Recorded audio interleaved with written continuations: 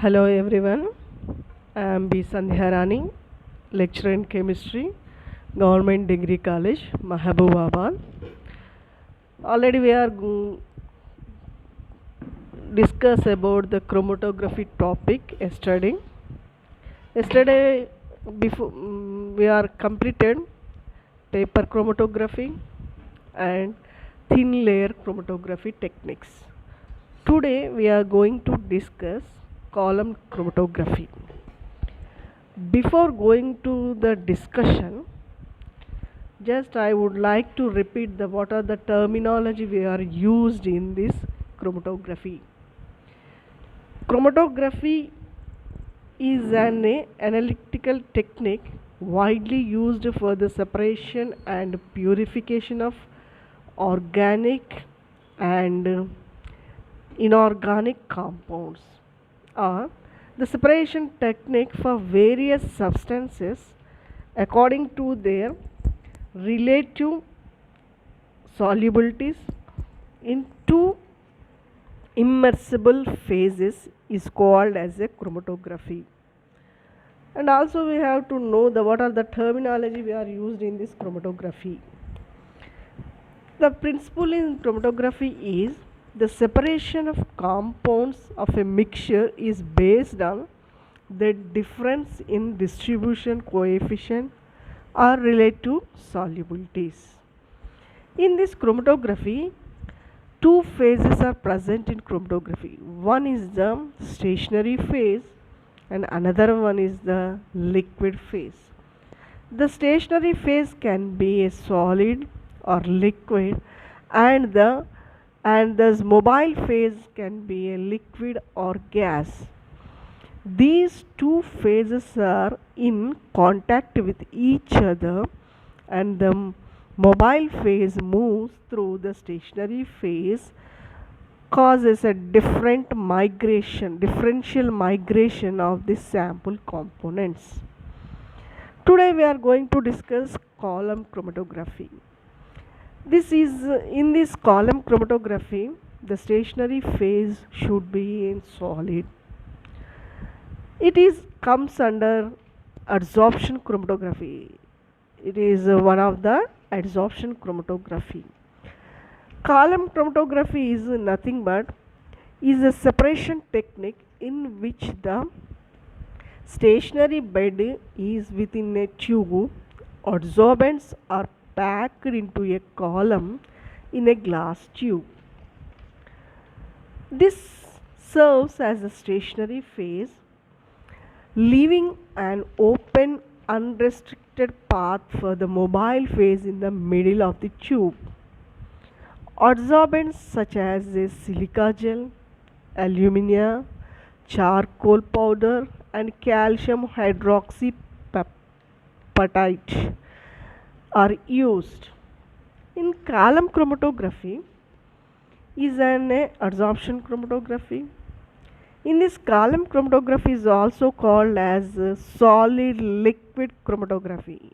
Why? Because where solid is the stationary phase and liquid is the mobile phase. Column chromatography is widely used to separate the mixtures in a small scale. This is the particles of the solid stationary phase are the support coated with a liquid stationary phase may fill the whole inside volume of the test tube showing left side. Packed column or to be concentrated on or along the inside tube wall, leaving an open unrestricted path for the mobile phase in the middle part of the tube, that is an open tubular column. Differences in rates of movement through the medium are calculated to different retention times of the sample. In this column chromatography involves the separation of a mixture or sample by continuous adsorption or desorption of a compounds on the stationary phase.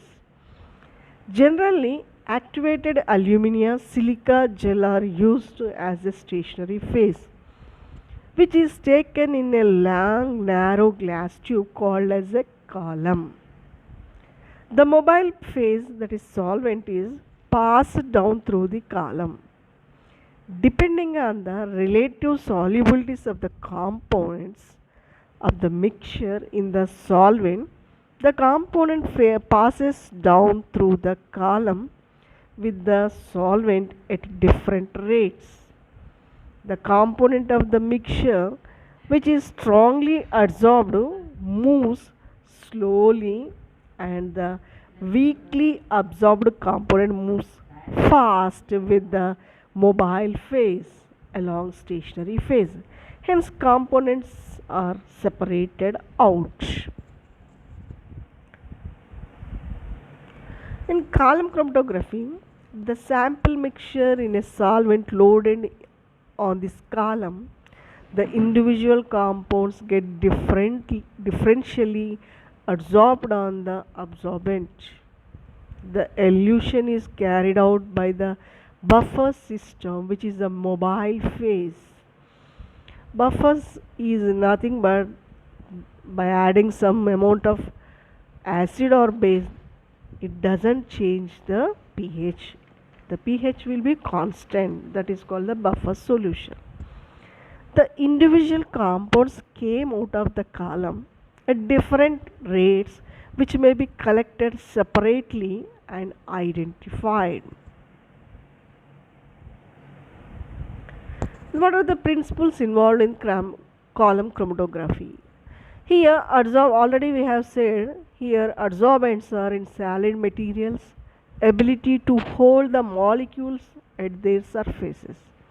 Then attractive forces are there in between the mobile phase and stationary phase, that are the van der Waals and hydrogen forces.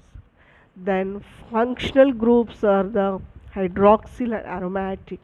Here we used as a silica gel in column chromatography. Stationary bed is within a tube. Already we have said that solvent is driven through the column by applying positive pressure. The separation procedure will take 20 minutes.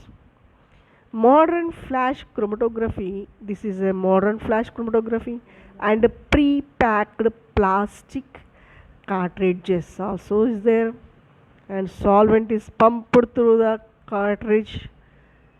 This is a quicker separation method.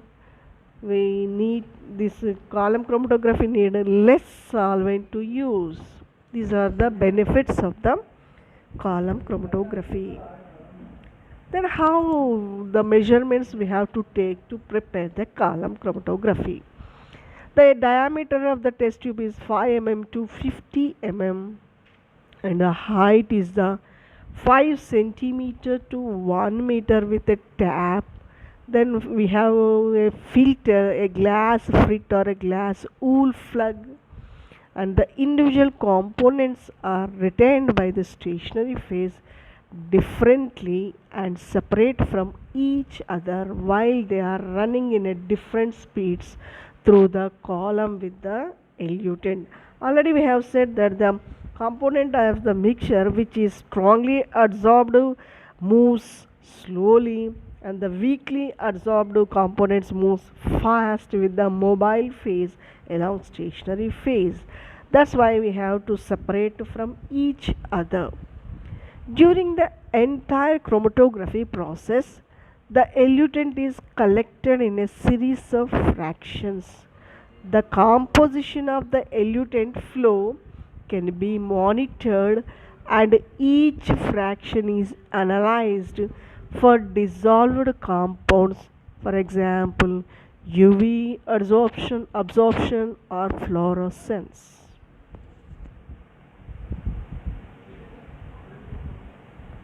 What are the solvent we have to use to build up the column chromatography? For example, hydroxyl group, we have a alcohol, carboxylic group, acetone, this is a carbonyl group, and non-polar compounds used as a solvent, hexane, heptane, and toluene.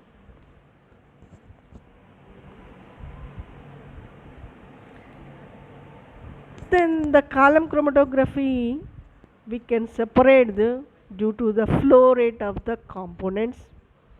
The pump or compressed gas used as a air or nitrogen or argon.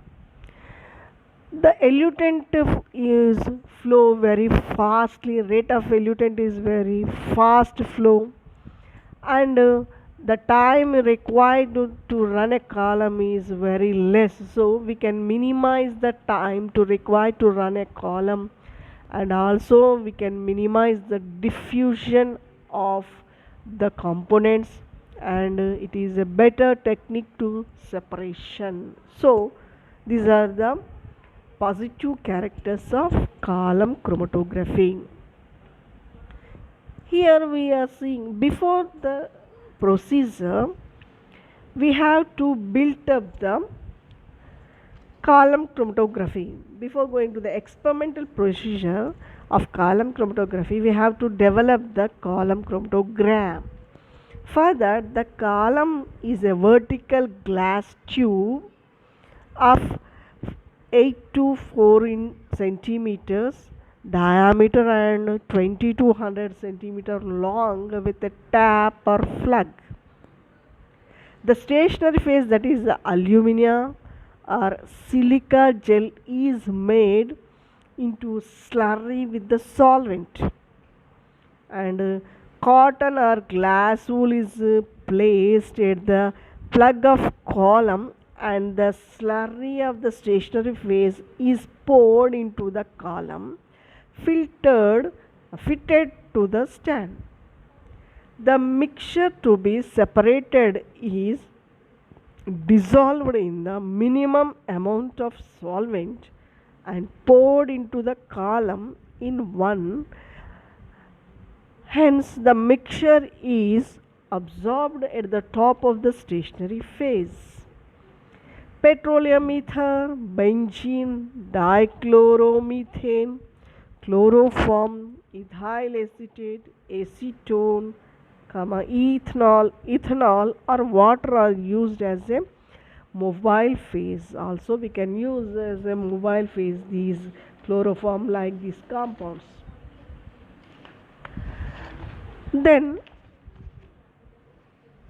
a separating funnel filled with the solvent, that is the mobile phase, is fixed at the top of the column, and the solvent is allowed to drip slowly through the column. Initially, the mixture appears as a single colored band at the top of the column. We have seen in figure 1. Mixed colors are in the top of the column. As the solvent passes through the column, components of the mixture pass through with the different rates and separate to form colored bands or zone. Here we are seeing in figure 2, slowly they are separating with each other at different colored bands. The number of colored bands or zones depend on the number of components in the mixture. So in figure 3 we are seeing 3 types of bonds are present. So we can say that the compound mixture is contained 3 types of components. Like that we can separate with each other. The separation of different components into different colored bands or zones is known as the development of the column. Then how to separate these components? First one is the extraction method. After development, the column of a adsorbent is pushed out of the tube carefully, and the colored bands are cut at the boundaries. The components in each band is extracted with solvent. Then second method is elution method. After development, the column may be washed with the more solvent and each component collected by separately with the solvent. So each component is used with different solvents which are suitable for their components. We have to use and wash carefully and collect separately with the solvent. Like that, in column chromatography we have to separate each component from that mixture. Here, how they differ from each other. In column chromatography, retention time, the time from the start of signal detection by the detector to the peak height of the elution, concentration of profile of each different sample, so that each sample has a different peak. So from that we can elute the concentration profile of each different sample. Next, curve width. The width of the concentration profile curve of the different samples in the chromatogram in units of time. Here resolution is RS is denoted as a 2 TRB minus TRA by WB plus WA. Where come to the TRB is the retention time for of solute B, where TRA is the retention time of a solute A. Where come to the WB is the Gaussian curve width of solute B. WA is the Gaussian curve width of solute A. Where plate number N, plate the N is equal to TR to the power 2 by W by 4 to the power 2. Then plate height H is equal to L by N, where L is the length of the column and N is the already we know as the plate number. The two processes occur in the column chromatography. One is here we sample mixture is taken. The first process is the peaks are moved apart as a result of their relative affinity for the stationary phase. So these affinity values, each individual component will be separated from the sample mixture. Here we shown in the figure column distribution system. The peaks are separated with different colors. And second process is the spreading, that is the dispersion of the peaks is concentrated so that the solute can be eluted directly. So peak spreading concentrated here shown separately.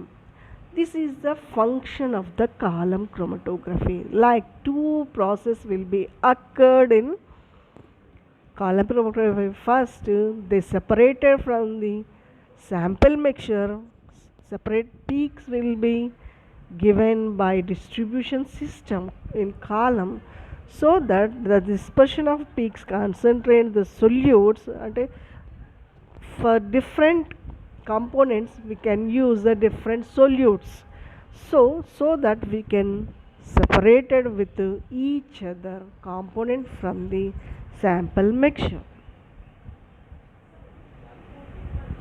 Here measurement of elute to obtain a chromatogram. First of all we have to apply sample and apply elutant on column bed. So the curve elute volume on x-axis concentration and y-axis taken as a graph. We show here some graph will become, so that the intensity of curve we can separate each component. Suppose we used less plates, the broad band, the broad peak will come and the sensitivity will be less, so less resolution capability will be there. So we can use more plates in this technique. Narrow band will come, narrow peak will come, but greater peak in height increase the sensitivity and more resolution capability.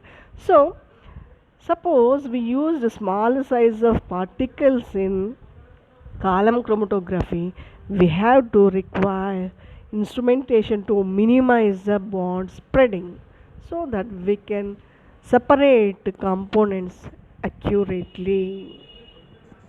And what are the applications of this column chromatography?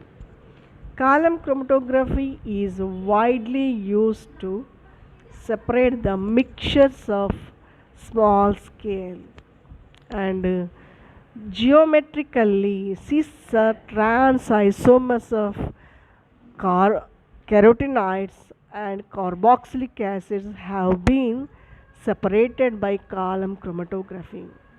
The third one is the mixture of diastereomers and some tatomers are also separated by column chromatography. For example, ketoenol forms of indole, indolyl pyruvic acid have been separated by column chromatography.